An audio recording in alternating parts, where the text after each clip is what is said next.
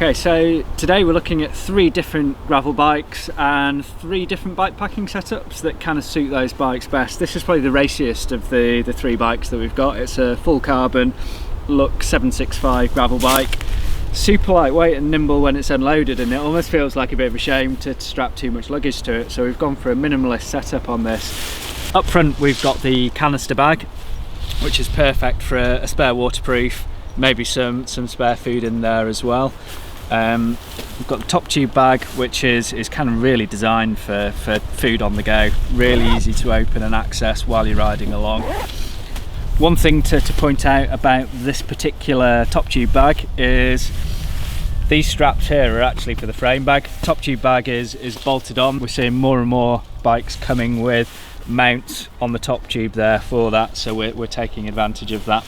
And there's 2 Allen bolts that go through the base of the bag and connect that to the frame. Now it just keeps it a little bit more sturdy and removes the need for one of these straps.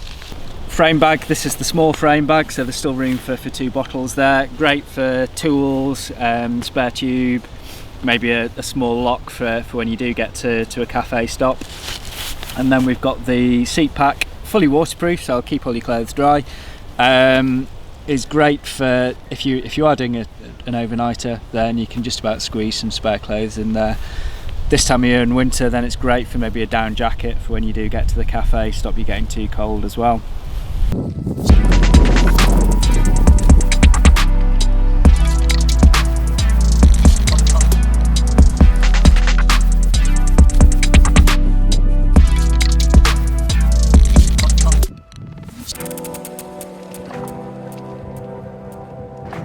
This is a beautiful Enigma titanium gravel bike, and the setup that we've got for it is anything from an overnighter where you want to bring a fair bit of stuff through to 1 to 2 weeks worth of gravel bike touring.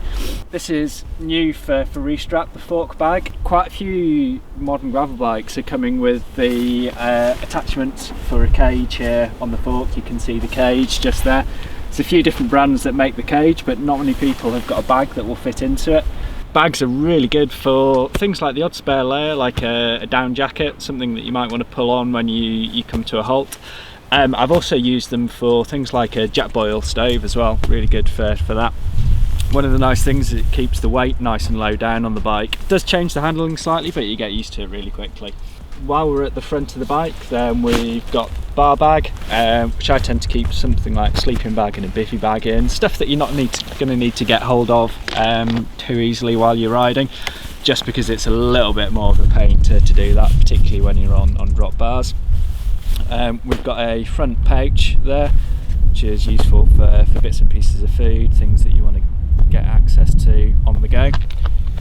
And feed pouch, which as it sounds, great for storing food in.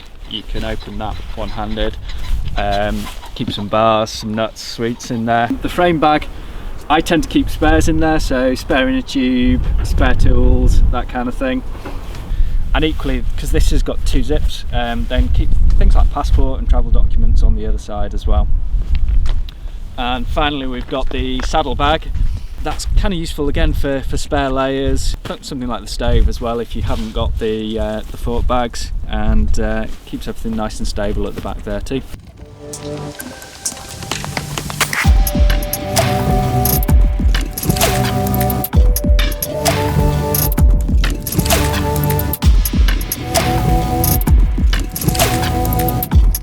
This is the Pelago Stavanger, which we've got set up with kind of around the world, carry as much as you possibly can do setup, using most of our luggage systems.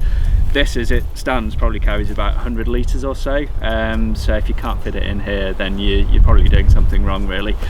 If we do a quick rundown of the bags, starting at the front, we've got our Rando bag here, which sits nicely on top of a rack. Is great for access on the go. As you can see, we've got map pockets, stuff that you want to just kind of keep an eye on as you're riding. It's great to store in there. In the main body of the bag, it's really great for any food that you pick up along the way, that kind of thing, stuff you want to get hold of relatively easily. Lower down we've got panniers, and we've got those front and rear. it's kind of the stuff that you probably don't want to access too much during the day, but sleeping bags, tents, cookware, that kind of thing, plus spare clothing, etc. as well. Further up the bike, we've got the tech pack on the bars here. Now, this is fully waterproof, and it was designed originally for something like a small camera or your phone, but it works equally well as a place to just store some snacks to get out on the go. And then as we move to the back of the bike, so we've got panniers at the rear, and we've also got a dry bag here, which is attached via the luggage straps onto the rack, and they're super easy to open. There we go, 1 and 2, and you can see how they attach onto the rack there, and it's super easy just to clip those back into place. And you can see that there's just slightly elasticated, so nice and easy to cinch down and hold that secure. It's fairly unlikely you're going to be taking your laptop to camp in the woods, but if you are on a longer trip, then sometimes needs must, you need to bring a laptop or a tablet with you, or equally if you're just using the panniers for commuting. So this is the tablet pouch, but as you can see we've got a couple of clips there. It simply drops into the pannier, and there's a couple of clips on the side of the pannier bag that just clips straight onto like that and holds it in place.